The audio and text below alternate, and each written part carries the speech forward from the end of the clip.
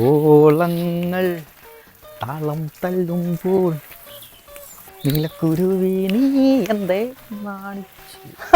ഇതാര് സുരേഷ? കുറച്ച് ദിവസമല്ലേ കണ്ടിട്ട്, എന്നെ രാവിലെ ഇങ്ങോട്ട്.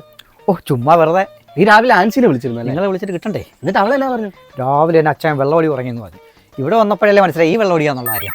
അവള് കള്ളം പറയില്ല. സത്യം. അത് കേട്ട് നിക്കറും വലിച്ചു കയറ്റി രണ്ടെണ്ണം അടിക്കാന്ന് വെച്ച് രാവിലെ ഇങ്ങോട്ട് പോകുന്നല്ലേ. ഓ ഇന്നലത്തെ ഹാങ് ഓവർ. എടാ പോയേ ഒരെണ്ണം അടിക്കുന്ന. വേണ്ട, ഞാൻ അടിക്കണമെന്ന് പറയുമ്പോഴേ ആ ഓസ് എടുത്ത് എൻ്റെ കയ്യിൽ നിന്നിട്ട് ആവശ്യത്തിന് അടിച്ചോന്ന് ഉള്ളത്തരം പറയാനല്ലേ. അടിക്കുന്നില്ല. അതെ സുരേഷേ, തീർത്താ നാട്ടുകാരെ മൊത്തം വിളിച്ചറിയിച്ച. അതൊക്കെ വിടും. നിങ്ങൾ അറിഞ്ഞാൽ ഞാൻ താമസിക്കുന്ന ഫ്ലാറ്റില്ലേ, ആ ഫ്ലാറ്റിൻ്റെ താഴെ ഒരു കിളിവൻ താമസിക്കുന്നു, അതും ഒറ്റയ്ക്ക്.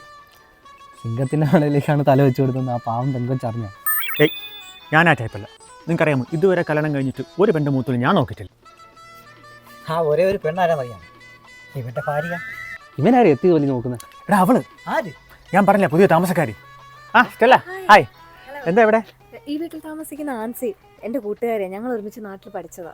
അത് ശരി. ഇത് ആൻസിയുടെ ഹസ്ബൻഡാ? Hi, my name is Stella, nice to meet you. Single ആണല്ലേ? ആന്റണി പറഞ്ഞു. അയ്യോ, ഞാൻ കല്യാണം കഴിച്ചതാ. ഹസ്ബൻഡ് ഒരാഴ്ച ഇവിടെ ഉണ്ടായിരുന്നു. ഒരാഴ്ച കഴിഞ്ഞപ്പോൾ ഞാൻ തന്നെ നാട്ടിലേക്ക് കയറ്റി വിട്ടു. ഇത്ര പെട്ടെന്നോ? എന്ത് പറയാന്, ഈ ഉന്നത കുലത്തിൽ ജനിച്ചത് കൊണ്ടോ MBA കാരനാണെന്ന് പറഞ്ഞിട്ടോ എന്താ കാര്യം? എന്തെങ്കിലും ഒരു പ്രയോജനം വേണ്ടേ? വേറൊന്നുമല്ല, ഒന്നുകിൽ അടുക്കളപ്പണി അറിയണം, ഇല്ലെങ്കിൽ തുണി അലക്കാൻ അറിയണം, അറ്റ്ലീസ്റ്റ് തറയെങ്കിലും തുടയ്ക്കാൻ അറിയണം.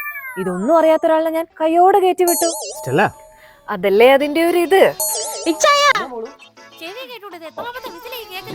എന്തുപറ്റി? അതിന്റെ ഒരു ഇത്